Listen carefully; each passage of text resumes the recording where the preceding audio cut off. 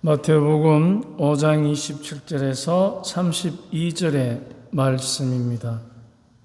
그때 예수님께서 제자들에게 말씀하셨다. 간음해서는 안 된다고 이러신 말씀을 너희는 들었다. 그러나 나는 너희에게 말한다. 음욕을 품고 여자를 바라보는 자는 누구나 이미 마음으로 그 여자와 간음한 것이다. 내 오른눈이 너를 죄짓게 하거든 그것을 빼어 던져버려라. 온몸이 지옥에 던져지는 것보다 지체 하나를 잃는 것이 낫다. 또 내 오른손이 너를 죄짓게 하거든 그것을 잘라 던져버려라.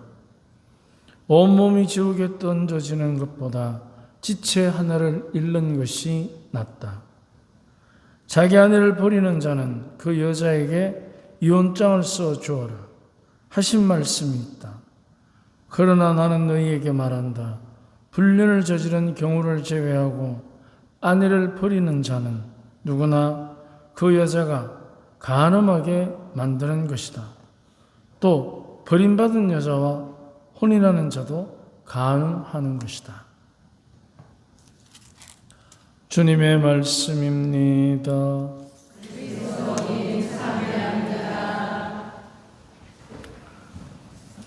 간음해서는 안 된다고 하신 말씀을 너희는 들었다. 자, 간음이라는 것은 참 7계명에도 나오는 이야기 중에 하나입니다. 우리가 세상에 하느님께서 사람을 창조하시되 두 가지 규칙이 있었습니다. 하나는 창세기 1장 26절에 우리의 모습을 닮은 사람을 만들자. 그리고 29절에 사람을 만들 때 남자와 여자로 만드셨다. 분명히 창세기에 나옵니다. 그런데 그 남자와 여자가 알몸인 것이 부끄럽지 않았습니다. 내 살에서 나온 살이요 내 뼈에서 나온 뼈로다.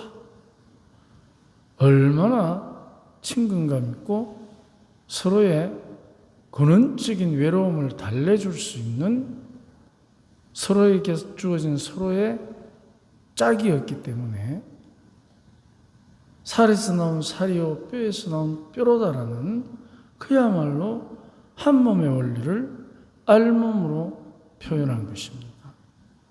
그런데 이 알몸이 이제 두렵기 시작해집니다. 그것은 하느님의 계명을 어겼을 때 부끄러운 것이 아니라 두려운 것입니다. 그러면 왜 알몸인 것이 두려운가? 부끄러운 것보다 더 엄청난 것이 두려운 것입니다. 왜냐하면 우리도 사랑의 원리를 잘 알고 있습니다. 가까운 사이일수록 알몸이 편안합니다. 남녀, 산모와 태아, 친구와 친구, 알몸일수록 진실한 사랑의 친밀함의 증거가 되는 것입니다. 그렇다면 알몸은 두려움을 없애는 살에서 나온 살이요 뼈에서 나온 뼈의 한 몸이 되는 원리를 그대로 드러내는 것이고 두려워서 무화과 나무 잎으로 두렁이를 헤잇기 시작할 때 그때 이제 알몸인 것이 두려워집니다. 그 두려움 속에는 부끄러움, 수치심, 나약함, 실망감 이런 것들이 자기 안에 가득합니다. 왜? 하느님을 떠나고 난 다음에 알몸인 자기를 보니까 두려운 거죠. 어떻게 살아가지? 그렇다면 여기서 두렵다는 것은 바로 두렵지 않았던 상태의 순수함을 깨트려버린 것입니다. 두렵지 않은 순수함은 무엇이든지 받아들일 수 있는 내 살에서 나온 살이요 뼈에서 나온 뼈로다라는 그 엄청난 한 몸이 되는 모든 것을 받아들이고 모든 것을 있는 그대로 줄 수 있는 엄청난 힘이 있었는데 순수함. 근데 죄를 짓고 나니까 이 순수함이 휙 사라져버린 거예요. 그러고 나니까 이제 순수함이 사라질 때 창세기 3장 5절에 악마가 분명히 얘기합니다. 너희가 하느님처럼 선과 악을 알게 될까 봐. 그런데 우리는 누구처럼 될 수 있습니까? 없습니까? 닮을 수는 있어도 절대로 못 됩니다. 아무리 우리 자매님들이 힘도 세고 머리도 좋고 돈도 잘 번다고 해도 남편처럼 될 수 있습니까? 없습니까? 그것은 섭리를 어기는 일입니다. 아무리 잘나도 남편이 아무리 섬세하고 자상하고 촉이 좋아도 아내처럼 될 수 있습니까? 아닙니다. 그렇기 때문에 우리는 살에서 나온 살이요 뼈에서 나온 뼈지만 각자의 고유한 절대로 대체 불가한 역할이 있다는 것입니다. 그런데 그 역할의 선을 넘어버리는 그게 바로 죄입니다. 처럼 된다는 것이요. 하지 말아야 될 것을 해도 되는 것처럼, 해야 할 것을 안 해도 되는 것처럼 굉장히 위험한 발상이죠. 그러면은 해도 될 것, 하지 말아야 될 것을 해도 되는 것처럼, 해야 할 것을 안 해도 되는 것처럼 생각하고 상상할 수 있는 것은 교만한 것입니다. 그래서 하느님의 알몸인 상태를 하느님의 계명을 어겼기 때문에 이제 거기에 두려움이 찾아오는 것은 바로 교만함이 겸손함으로 바뀌는 게 아니고 교만한 상태를 드러내는 것입니다. 하느님처럼 될 줄 알았지. 거기에서 이제 간음이라는 문제가 바로 근본적으로 남녀의 성에 관한 문제도 되지만 더 근본적으로는 하느님께서 주신 남녀의 성이라는 것을 어떻게 활용하고 선용하는가. 여기에 포인트가 있습니다. 요한복음 8장 1절에서 12절, 11절에도 보면 가늠하다 붙잡힌 여자 얘기가 나옵니다. 그래서 간음이라는 것은 두 가지로 해석이 가능합니다. 남녀의 문제, 첫째, 우리가 왜 육신을 갖고 있기 때문에, 몸을 갖고 있기 때문에 남녀의 성적 쾌락의 문제, 여러 가지의 어떤 내용들을 담고 있겠죠. 그래서 그 점을 우리가 단순하게 사람과 사람의 관계를 남녀의 문제로 보면 간음은 잘못하면 내가 하면 뭐가 되죠? 로맨스가 되고 네가 하면 스캔들이 되는 거죠. 그런 식으로 치부할 수 있는데 그 정도의 문제가 아닙니다. 예수님께서 직접 간음에 대한 문제를 언급하실 때는 사람의 이야기가 사람의 얘기로만 끝나는 것이 아니라 그 문제는 하느님의 자비로우심, 하느님과 깊은 관련이 있기 때문에 간음은 결국 하느님을 저버리는 행위가 되는 것입니다. 남녀의 이야기로만 끝나는 것이 아닙니다. 그렇기 때문에 뒤이어서 오른팔, 오른눈.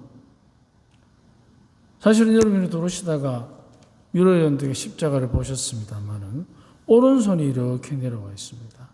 성경의 오른쪽은 구원을 뜻합니다. 왼쪽은 죽음을 뜻하고. 그런데 왜 하필이면 오른팔, 오른눈이랄까? 죄라는 것은 구원을 잃어버리는 것이다. 그렇기 때문에 그 잃어버린 것을 회복하기 위해서는, 구원된 상태로 들어가기 위해서는 오른쪽 눈, 오른쪽 팔이라고 특별히 강조하시는 것은 바로 죄는 구원의 상태에 밖에 있게 하는 것이다. 왜? 교만하기 때문에.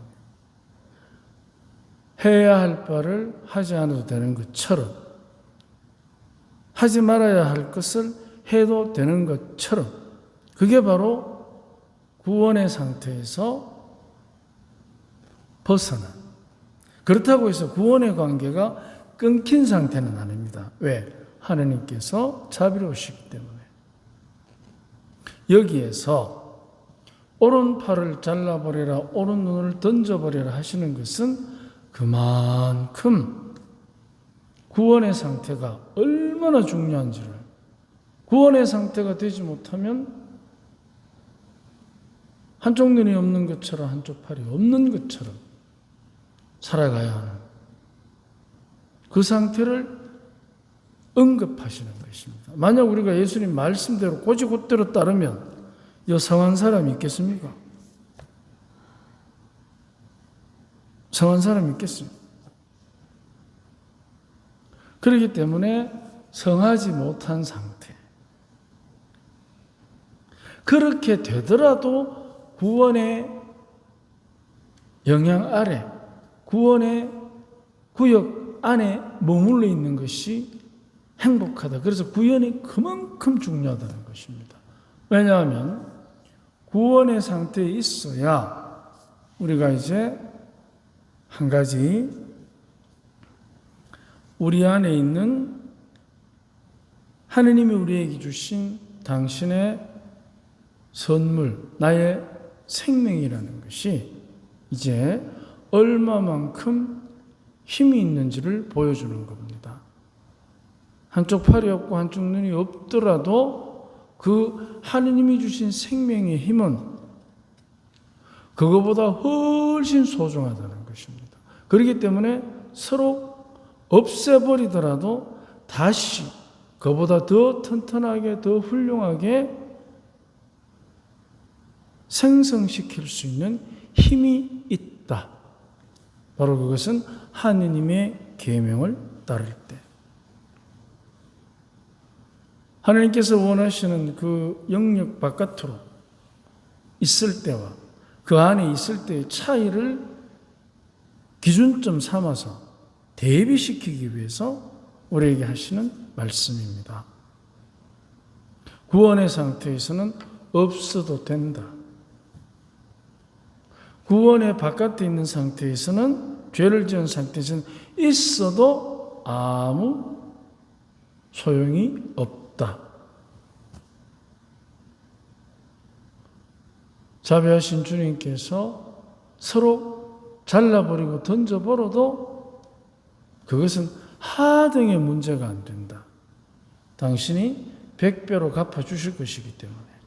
그래서 우리가 살아가면서, 남녀가 어울려 살아가면서 육체적인 간음, 하나님의 뜻을 어기는 영적인 간음이 되는 그런 우리 주변에 여러 가지의, 왜? 남자와 여자로 창조되었기 때문에 살아가면서 겪어야 하는 여러 가지 갈등의 문제들 앞에서 우리가 정말 하나님께서 원하시는 것을 해야만 우리가 가지고 있는 남성성, 여성성이 제대로 된 열매를 맺는다는 것입니다. 우리가 하느님의 자녀로 살아가면서 그분께서 우리에게 주시는 구원의 힘, 그 안에서는 엄청난, 우리가 상상할 수 없는, 한쪽 팔이 없고 한쪽 눈이 없더라도 아무런 문제가 되지 않는 하나님의 능력 앞에 그것은 하등에